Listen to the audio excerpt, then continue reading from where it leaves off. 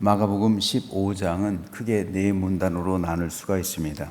15절까지는 빌라도의 예수님 신문 및 사형 집행을 허가한 기록을 남기고 있고요. 16절에서 22절은 로마 군병들의 예수님 모독과 골고다로의 이동에 대해서, 23절에서 32절은 예수 그리스도의 십자가 처형과 십자가상에서 받으신 수욕에 대해서, 그리고 33절에서 47절은 예수 그리스도의 운명, 그리고 아리마대 요셉에 의한 장례에 대해서 기록하고 있습니다. 오늘은 이 가운데서 39절 말씀에 대해 살펴보겠습니다. 예수를 향하여 섰던 백부장이 그렇게 숨지심을 보고 이르되 이 사람은 진실로 하나님의 아들이었도다 하더라. 여기 등장하는 백부장은 예수님의 죽음을 바라보고 이 사람은 진실로 하나님의 아들이었도다 라고 고백합니다. 복음서에 보면 예수님을 가리켜 하나님의 아들이라고 말한 경우가 모두 28번 나옵니다. 그러면 누가 예수님을 하나님의 아들이라고 표현한 그 무리가 누가 제일 많을까요? 예수님을 가리켜 당신은 하나님의 아들이십니다. 누가 제일 많이 이 말을 썼을까요? 예수님께서는 주님 자신을 가리켜 나는 하나님의 아들이다 라고 말씀하신 경우가 4번밖에 되지 않아요. 제자들은 모두 7번 사용했어요. 바리새인들, 이런 외부적인 사람들이 예수님에게 당신은 하나님의 아들이십니다 라고 고백한 경우는 5번밖에 되지 않아요.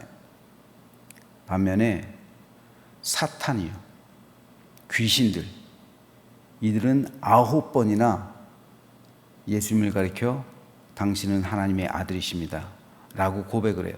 그러니까 복음서에서 예수님을 하나님의 아들이라고 인정한, 가장 많이 호칭한 존재는 귀신들이에요. 귀신들은 예수님을 보기만 하면 주님 앞에 엎드려서 당신은 하나님의 아들이십니다 라고 고백을 했어요. 그렇다면 왜 귀신의 무리들, 즉 사탄, 마귀들은 예수님을 하나님의 아들이라고 불렀을까요? 당신은 이 땅에 오신 메시아라는 이 사실을 사람들에게 증거하기 위해서였을까요? 사탄이 그렇게 순진할까요? 사탄의 이 고백은 예수님께서 세상의 메시아임을 알리는 게 목적이 아니에요. 그걸 알리면 마귀가 복음 전도자나 마찬가지잖아요. 마귀가 그렇게 순진하지 않습니다. 여기에는 사탄의 아주 교활한 뜻이 숨어 있어요.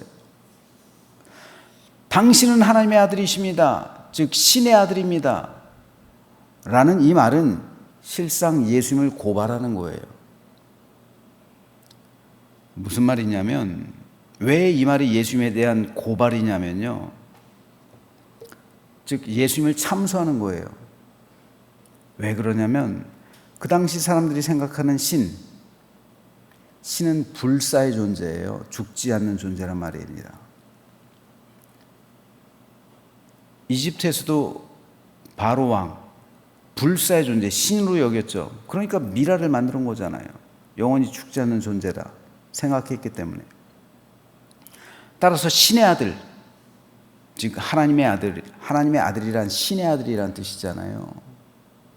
신의 아들은 죽을 수 없는 존재예요.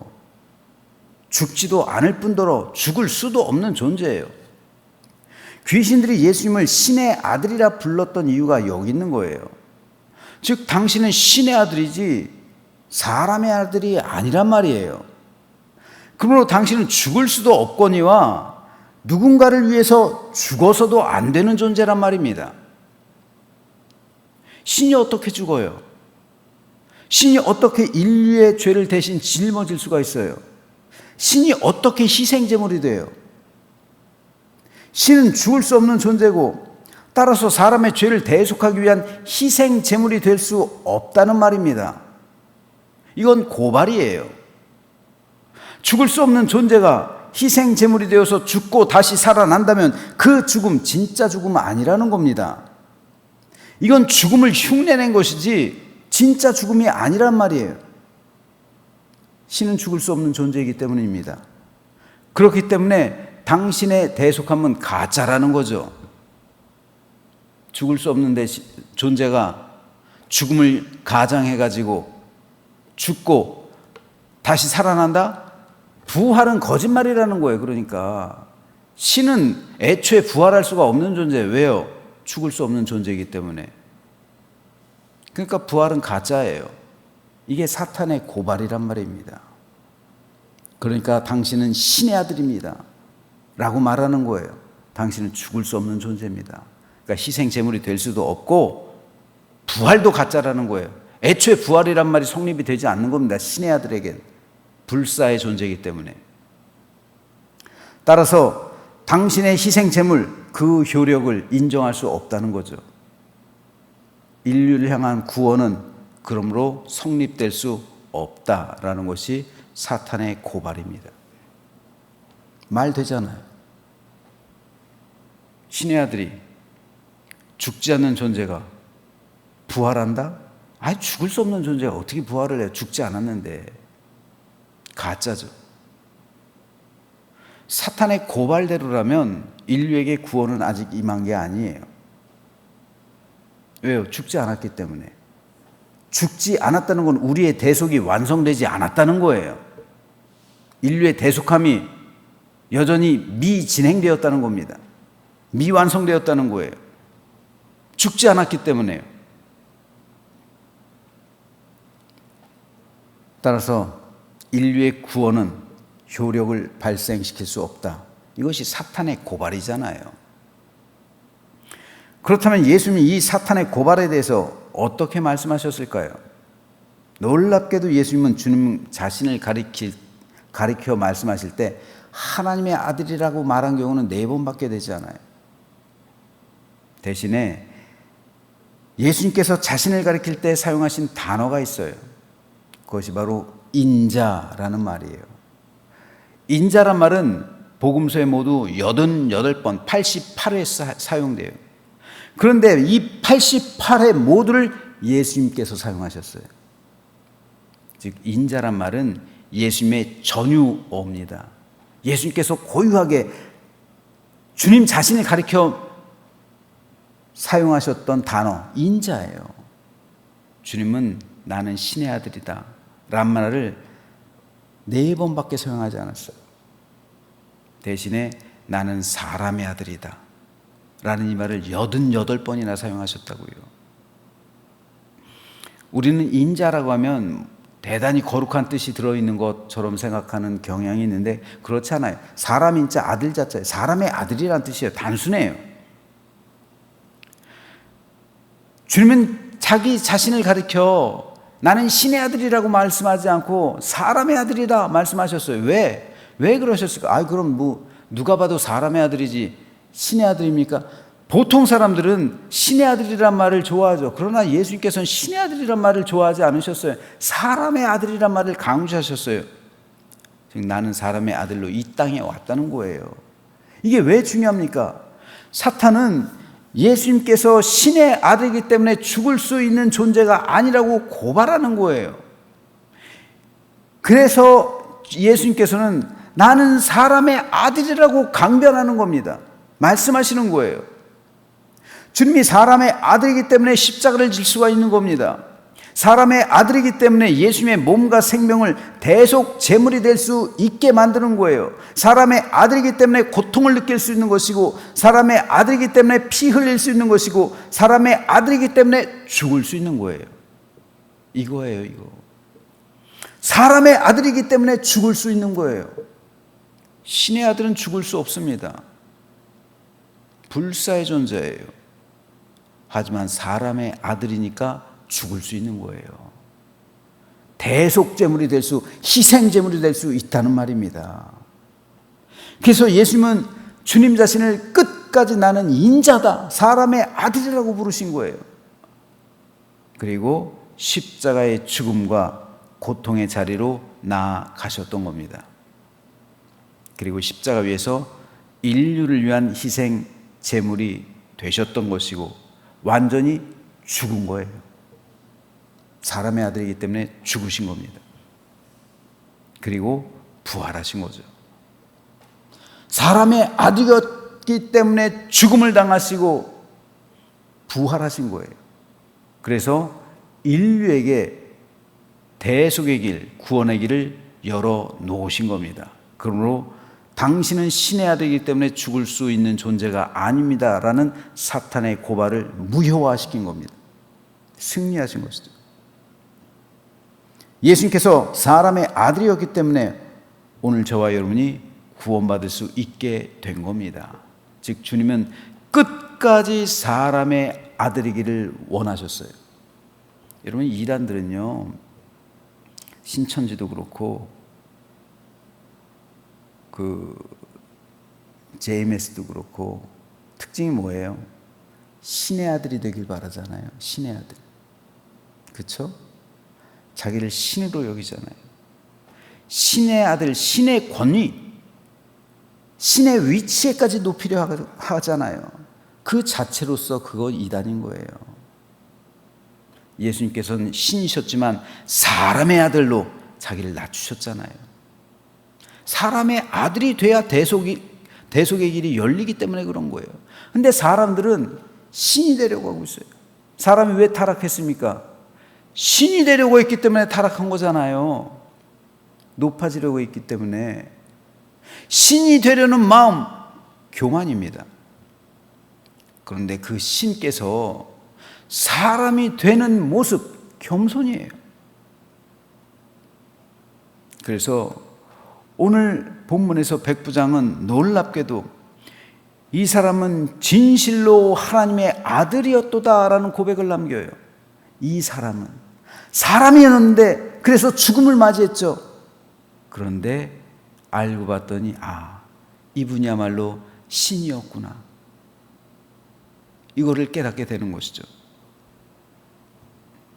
유대 전승에 의하면 이 백부장은 이 사건을 계기로 예수님을 영접했다고 합니다. 그리고 하나님으로 믿게 됐다고요.